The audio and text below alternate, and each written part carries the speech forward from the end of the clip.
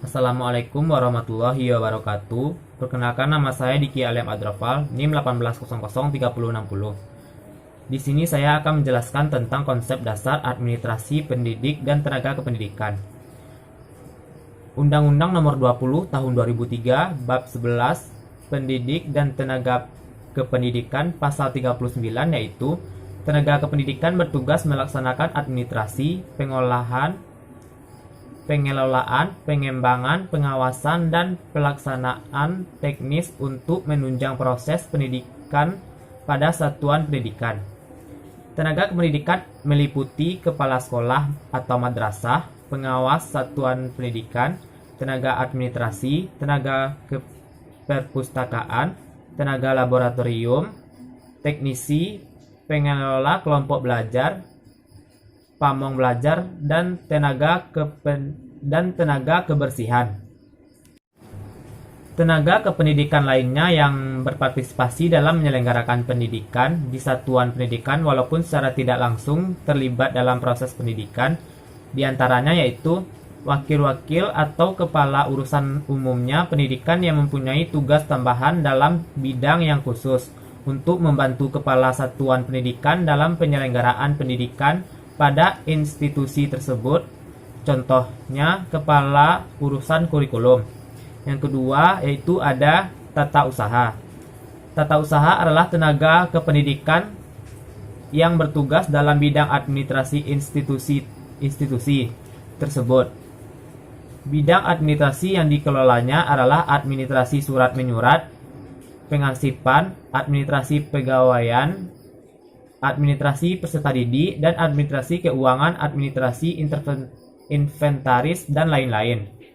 Yang ketiga ada yaitu laboran. Laboran adalah petugas khusus yang bertanggung jawab terhadap alat-alat dan bahan yang ada di laboratorium.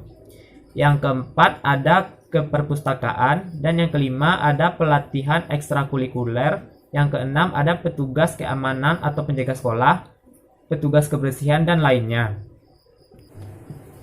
Berdasarkan uraian tersebut, maka dapat disimpulkan bahwa administrasi pendidik dan ketenaga kependidikan adalah proses keseluruhan kegiatan pendidik yang meliputi perencanaan perorganisasian, pengarahan, pelaporan, pengkoordinasikan, pengawasan, dan pembiayaan dengan menggunakan atau memanfaatkan fasilitas yang tersedia, baik personal, material, maupun spiritual, untuk mencapai tujuan pendidikan secara efektif dan efisien. Materi kedua yaitu ada proses. Yang pertama yaitu pengadaan tenaga kependidikan. Pengadaan tenaga kependidikan adalah proses kegiatan untuk mengisi formasi yang kosong.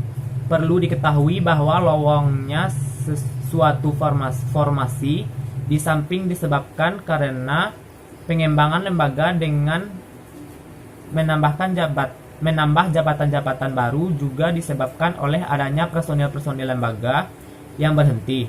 Yang kedua ada penempatan. Penempatan merupakan tindakan pengaturan atas seseorang untuk menempati atau posisi di suatu jabatan. Meskipun tindakan penempatan ini mengandung unsur uji coba yang menyebabkan adanya tindakan penempatan kembali, namun pada dasarnya penempatan tenaga kependidikan merupakan tindakan yang menentukan keluaran dan komposisi ketenagaan dilihat dari pentingnya keseimbangan struktur organisasi pendidik nasional. Yang ketiga ada orientasi. Orientasi merupakan upaya memperkenalkan seseorang tenaga kependidikan yang baru terhadap situasi dan kondisi pekerjaan atau jabatan.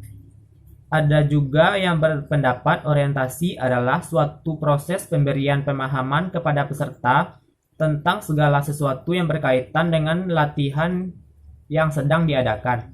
Tujuannya agar seorang itu secepatnya dapat menyesuaikan diri terhadap orang-orang atau tenaga kependidikan lainnya atau para peserta didik, falsafah, maksud-maksud, dan tujuan-tujuan yang mendasari pelaksanaan pekerjaan, kebiasaan-kebiasaan, usaha-usaha pembaharuan yang berlangsung, dan kesempatan-kesempatan untuk tumbuh dan berkembang dalam profesi atau karir di masa yang akan datang. Materi ketiga ada kesejahteraan PTK atau pendidik dan tenaga kependidikan. Yang pertama yaitu gaji. Di dalam Undang-Undang Nomor 14 Tahun 2005 tentang guru dan dosen dinyatakan bahwa yang dimaksud dengan gaji adalah hak yang diterima oleh guru atau dosen atas pekerjaannya dari penyelenggaraan pendidikan atau satuan kependidikan dalam bentuk finansial secara berkala sesuai dengan peraturan perundang-undangan. Ini berarti bahwa seorang guru dalam hal ini maksudnya itu PNS akan diberi gaji berupa uang yang dibayar secara berkala. Berkala yang dimaksud di sini adalah setiap bulan. Besarnya gaji yang diterima tersebut sesuai pangkat atau golongan masa kerjanya. Yang kedua ada penghargaan. Pemerintah memberikan sebuah penghargaan di institusi pendidikan terhadap guru, dosen, kepala sekolah, dan seluruh tenaga pendidik yang berpartisipasi.